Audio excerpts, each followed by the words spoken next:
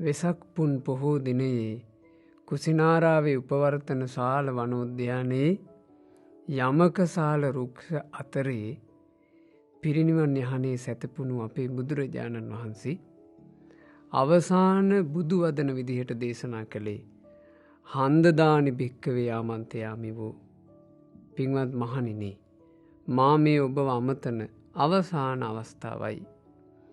වය ධම්මා සංඛාරා මේ හැම සංස්කාරයක්ම වෙනසී යනවා.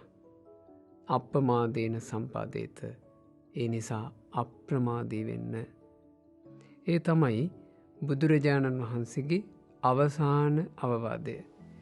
ඒ අවසාන අවවාදය හිතට ගන්න. අප්‍රමාදී වෙන්න. ප්‍රාණඝාතය අතහරින්ට අප්‍රමාදී වෙන්න. සොරකම අතහරින්ට අප්‍රමාදී වෙන්න.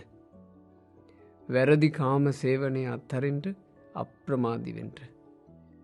බොරු කීම අතහරින්ට අප්‍රමාදී වෙන්න.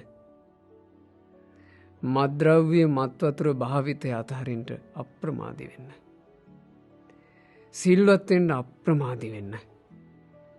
ජීවිතය තුළේ ගුණදම් දියුණු කරගන්නට අප්‍රමාදී වෙන්න. පින් රැස් කර ගැනීම පිණිස අප්‍රමාදී වෙන්න. පව් අත්හරින්ට අප්‍රමාදී වෙන්න. කුසල් දියුණු කරගන්න අප්‍රමාදී වෙන්න. අකුසල් අතහරින්ට අප්‍රමාදී වෙන්න. එළඹෙන පෝයක උපෝසත අෂ්ටාංග සීලය සමාදන් වෙලා රහතන් වහන්සේලා අනුගමනය කරමින් සිල් සමාදන් වෙන්නට ලැබෙන අවස්ථාව නිරපරාදේ මගේ හැරගන්න එපා. අප්‍රමාදී වෙන්න.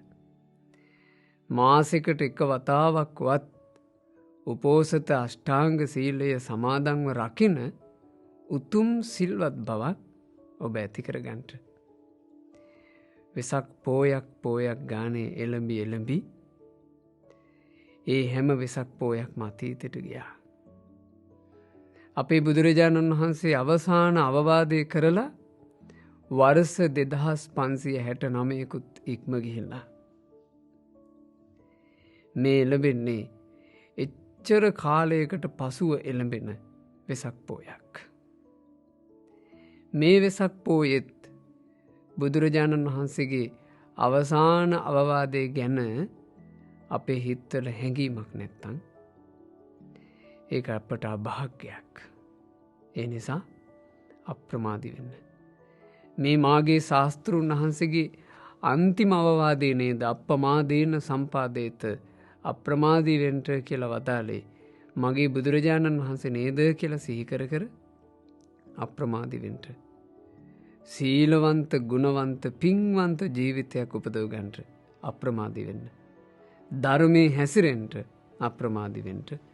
අප්‍රමාදීව දහමේ හැසිරී මේ සම්බුදු සසුනේ පිහිටක් සමීප කරගන්නට ඔබ හැම දෙනා වාසනාවන්ත වෙත්වා.